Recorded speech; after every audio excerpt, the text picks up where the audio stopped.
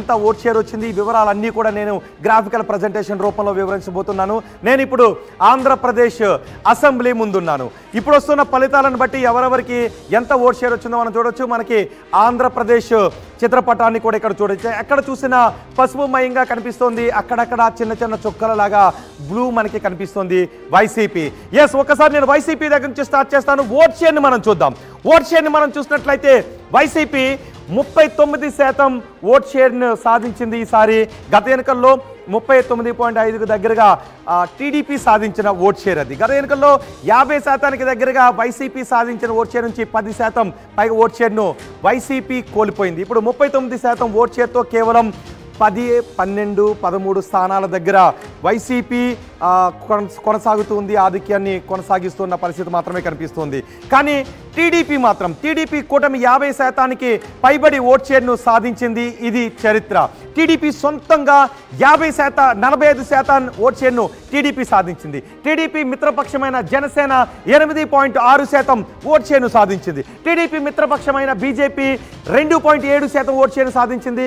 ఇతరులు కాంగ్రెస్తో సహా ఇతరులు 4.7% ఓట్ షేర్ను సాధించారు. ప్రస్తుతం ఆంధ్రప్రదేశ్లో పార్టీలు సాధించిన ఓట్ పర్సంటేజ్ పరిస్థితి ఇది. ఇది చరిత్ర. ఖచ్చితంగా ఒక చరిత్రను ఆంధ్రప్రదేశ్ ప్రజలు కొత్త చరిత్రను రాశారు తమ ఓటుతో.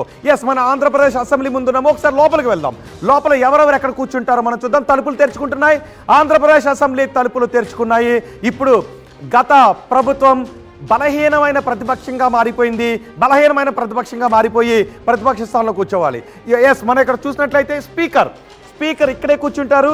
తమ్మినేని సీతారాం గత ప్రభుత్వ హయాంలో స్పీకర్గా ఇక్కడ కూర్చున్నారు. అధ్యక్ష అని ఆయన పిలిపించుకున్నారు. ఇప్పుడు ఇక్కడ ఎవరు కూర్చోబోతున్నారు అనేది ఇప్పటి నుంచి చాలా ఆసక్తికరంగా మారింది. స్పీకర్గా ఎవరు ఎన్నుకోబడతారో మనం చూద్దాం. ఇక మొత్తం ఆంధ్రప్రదేశ్ అసెంబ్లీలో 175 స్థానాలు ఉన్నాయి. 175 సీట్లు ఆంధ్రప్రదేశ్ అసెంబ్లీలో కనిపిస్తాయి. ఇవే 175 సీట్లు నా వెనక కనిపిస్తున్నవి ఇవే. ఇప్పుడు ఎస్, ఆంధ్రప్రదేశ్ అసెంబ్లీలో ఎక్కడ చూసినా పసుపుమయంగా మనకి కనిపిస్తోంది. ఒకసారిగా పరిణామాలన్నీ మారిపోయాయి. ఇప్పుడు మనకి పసుపు కలర్లో కనిపిస్తున్న చోటల్లా గత ప్రభుత్వ హయాంలో వైసీపీ అభ్యర్థులు కూర్చున్నారు. బలహీనమైన ప్రతిపక్షంగా టీడీపీ అభ్యర్థులు 23 మంది ప్రతిపక్షంలో కూర్చున్నారు. కానీ ఇప్పుడు గత ప్రభుత్వంలో 151 సీట్లతో అధికార పక్షంలో ఉన్న వైసీపీ కేవలం ఎన్ని స్థానాలు అంటే 15 స్థానాలకు లోబడే వచ్చే అవకాశం ఉన్నట్టుగా మనకి అక్కడ సినారియో కనిపిస్తోంది. అది 9 వస్తాయా, 10 వస్తాయా, 13 వస్తాయా, 14 వస్తాయా తెలియదు. ఒకవేళ అక్కడున్న ట్రెండ్స్ని బట్టి చూస్తే 9 స్థానాలకు పరిమితమైన ఆశ్చర్యపోనవసరం లేదు. సో మనకి ఇక్కడ అతి స్వల్పంగా చిన్నగా బ్లూ కలర్లో కనిపిస్తున్న చోట వైసీపీ అభ్యర్థులు కూర్చోబోతున్నారు. వైసీపీ అభ్యర్థులు ఇక్కడే కూర్చుంటారు. అది 9, 10, 11, 12, 13. ఎస్, మరి మిగతా చూసినట్లయితే మనకి పసుపు సముద్రంలా కనిపిస్తోంది. ఇదంతా కూడా ఎక్కడ చూసినా తెలుగుదేశం పార్టీ అభ్యర్థులే మనకి కనిపిస్తూ ఉన్నారు. తెలుగుదేశం పార్టీ 132కు పైగా స్థానాల్లో ప్రస్తుతం ఆధిక్యంలో దూసుకుపోతుంది. 144 స్థానాల్లో టీడీపీ పోటీ చేసింది. ప్రస్తుతం 133 చోట్ల టీడీపీ ఆధిక్యాన్ని కనబరుస్తూ ఉండటంతో ఈ స్థానాలన్నింటిలోనూ అధికార పక్ష సభ్యులుగా ఇవన్నీ కూడా టీడీపీ సభ్యులు కూర్చుంటారు. ఇక మిత్రపక్షమైన జనసేన 21 స్థానాల్లో పోటీ చేసింది. 21 స్థానాల్లో కూడా విజయం దిశగా వెళ్తుంది. 21 స్థానాల్లోనూ ఆధిక్యతను కొనసాగిస్తుంది. సో జనసేన అభ్యర్థులు ఇక్కడ కూర్చునే అవకాశం మనకి కనిపిస్తుంది. జనసేన అభ్యర్థులకి ఇక్కడ. ఇక మరో మిత్రపక్షం బీజేపీకి పొత్తులో భాగంగా 10 స్థానాలను ఇచ్చారు. ప్రస్తుతం 8 స్థానాల్లో బీజేపీ విజయం దిశగా దూసుకు వెళ్ళిపోతుంది. 8 స్థానాల్లో దాదాపు గెలుపు ఖాయమైన పరిస్థితి కనిపిస్తుంది.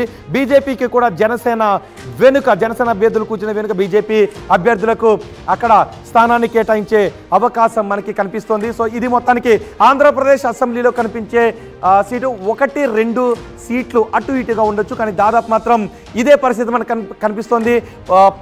మనకి బ్లూ కలర్లో కనిపిస్తున్న ఈ అభ్యర్థుల సంఖ్య 1-2 తగ్గొచ్చు, లేదా 1-2 పెరగొచ్చు, లేదా 13 దగ్గర ఉండొచ్చు.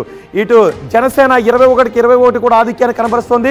133 స్థానాల్లో టీడీపీ ఆధిక్యాన్ని కనబరుస్తూ అసెంబ్లీలో మొత్తం పసుపుమయాన్ని చేసేశారు. బీజేపీ కూడా పోటీ చేసిన 10లో 2 చోట్ల తప్ప మిగతా అన్ని చోట్ల కూడా గెలుపు దిశగానే వెళ్తుంది. సో మొత్తానికి ఇది ఆంధ్రప్రదేశ్ అసెంబ్లీలో మీరు త్వరలో చూడబోయే పరిస్థితి. ఆంధ్రప్రదేశ్ అసెంబ్లీలో పరిణామం. రైట్, ఒకసారి విజువల్స్ లో మీరు చూస్తున్నారు పవన్ కళ్యాణ్ కు ఆయన భార్య అన్న లెస్నోవా మంగళహారతి పడుతున్న విజువల్స్ మీరు చూస్తున్నారు. బ్యాక్ డ్రాప్ లో మీరు చూడొచ్చు. బ్యాక్ డ్రాప్ లో అఖిల కూడా ఉన్న విజువల్ మీరు చూస్తున్నారు. పవర్ స్టార్ పవన్ కళ్యాణ్ ఈ మధ్య కాలంలో దేశవ్యాప్తంగా సెన్సేషనల్ అయిన పేరు. అవును, ముఖ్యంగా జనసేన